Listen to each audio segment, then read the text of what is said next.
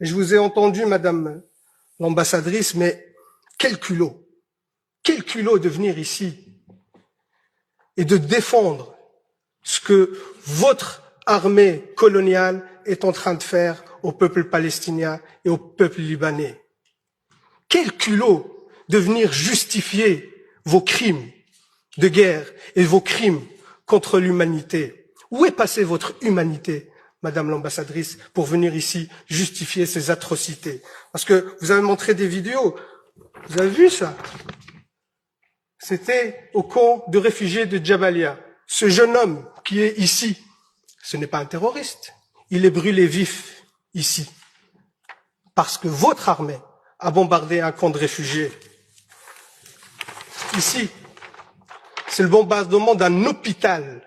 Un hôpital avec des victimes civiles. Votre armée a tué en quelques mois autant d'enfants que sur les 4 dernières années dans tout conflit confondu par le monde. Et ça, vous venez de justifier. Est-ce que quand vous tirez sur des enfants, quand vous tuez des enfants, des femmes, est-ce que c'est ceux-là qui vous terrorisent? Aujourd'hui, c'est ceux-là que vous appelez des terroristes et que vous luttez contre. Quand vous bombardez le peuple libanais par du phosphore qui est interdit par le droit international, c'est pour lutter contre le terrorisme.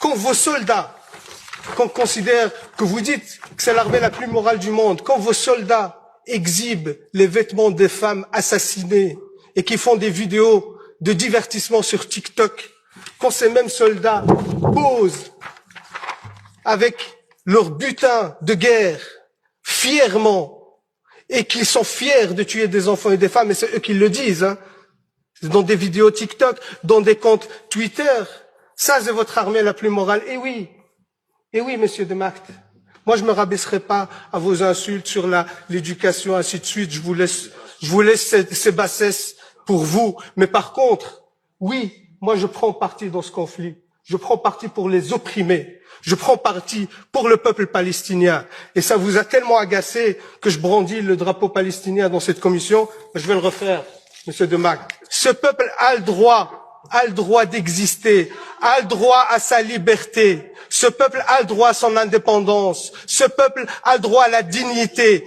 Et vous les combattez. Vous faites un nettoyage ethnique. Vous faites un génocide contre le peuple palestinien sous prétexte de lutte contre le terrorisme, alors que c'est vous, l'armée la plus terroriste dans la région. C'est vous les vrais terroristes. C'est vous qui colonisez la Palestine depuis 76 ans. 76 ans. Il n'y avait pas de 7 octobre depuis 76 ans.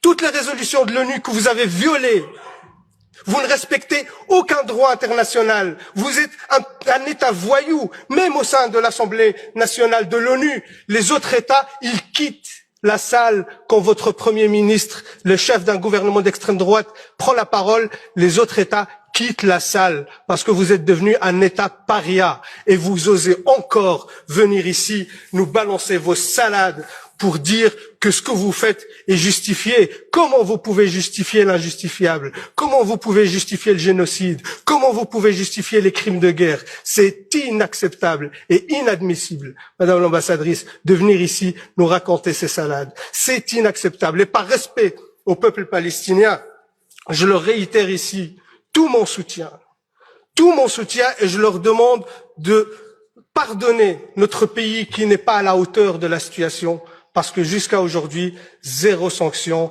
ont été prises contre votre État. Et vous savez, vous avez justifié vos réactions parce qu'on vous a lancé des roquettes.